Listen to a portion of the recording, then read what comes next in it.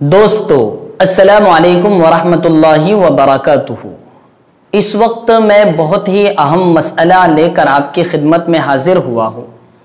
بہت سے لوگ نادانی میں یہ کہتے ہیں کہ جب اللہ نے تقدیر میں سب کچھ لکھ دیا ہے، اچھا برا بھلا انسان کیا کرنے والا ہے، کہاں جانے والا ہے، کس رویے کو اختیار کرنے والا ہے، تو اس کے بعد پھر اللہ عذاب کیوں دے گا؟ جب اللہ نے تقدیر میں لکھ دیا ہے کہ انسان یہ گناہ کرے گا تو پھر اس گناہ کا عذاب کیوں؟ یہ سوال بہت سے لوگ نادانی میں تقدیر کے سلسلے میں کرتے ہیں۔ میں اس سلسلے میں بہت زیادہ حیران تھا، اور تقریباً جب میں جامعہ ڈھابیل میں پڑھا کرتا تھا تو عربی پنجم سے لے کر دور حدیث تک میں بڑا تذبذب کا شکار رہتا تھا کہ اس سوال کا تشفی بخش جواب کیا ہے۔ بہت سی مرتبہ یہ جواب ملا کہ تقدیر کے سلسلے میں خاموشی ہی بہتر ہے، لیکن ہم تو خاموشی برت لیں گے، لیکن جسے اعتراض ہوگا اسے کس طرح خاموش کر سکیں گے؟ تو پھر میں نے تگودو کی، اور اللہ کے فضل و کرم سے مولانا منظور احمد نعمانی رحمت اللہ علیہ کا ایک رسالہ مجھے ملا۔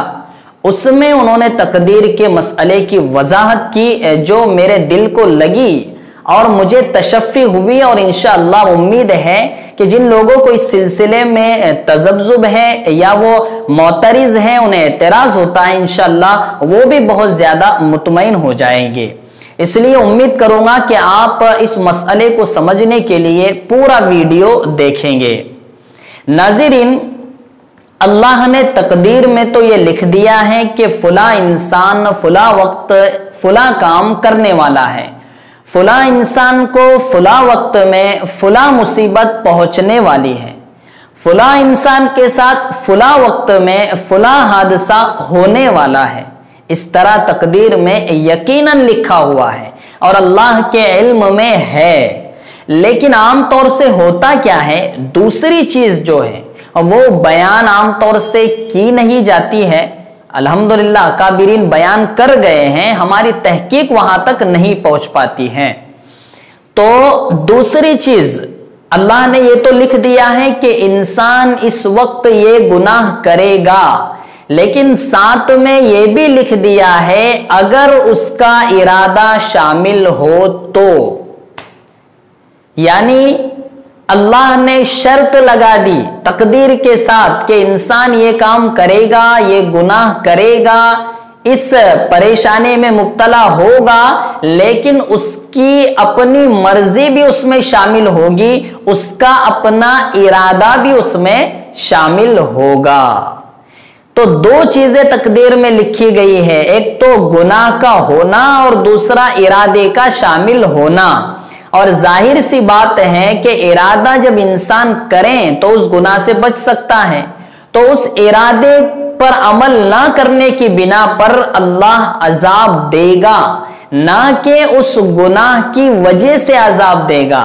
وہ تو تقدیر میں لکھا جا چکا ہے، لیکن چونکہ انسان نے ارادے پر عمل نہیں کیا، اللہ نے یہ لکھا تھا ساتھ میں کہ اس گناہ سے انسان بچے گا اگر وہ ارادہ کرے گا، تو ایک شک پر عمل نہیں کیا، یعنی ارادے پر عمل نہیں کیا اور گناہ کر لیا، تو اللہ اس پر عمل نہ کرنے کی وجہ سے عذاب دے گا، نہ کہ صرف گناہ کرنے کی وجہ سے عذاب دے گا۔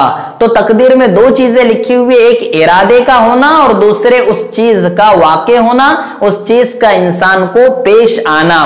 عام طور سے ایک ہی چیز پیش کی جاتی ہے کہ جب گناہ تقدیر میں لکھا جا چکا ہے تو پھر عذاب کیا؟ ایسا تقدیر میں نہیں لکھا گیا ہے۔ تقدیر میں دو چیزیں لکھی گئی ہے، ایک تو گناہ ہونا اور دوسرا ارادے کا شامل ہونا۔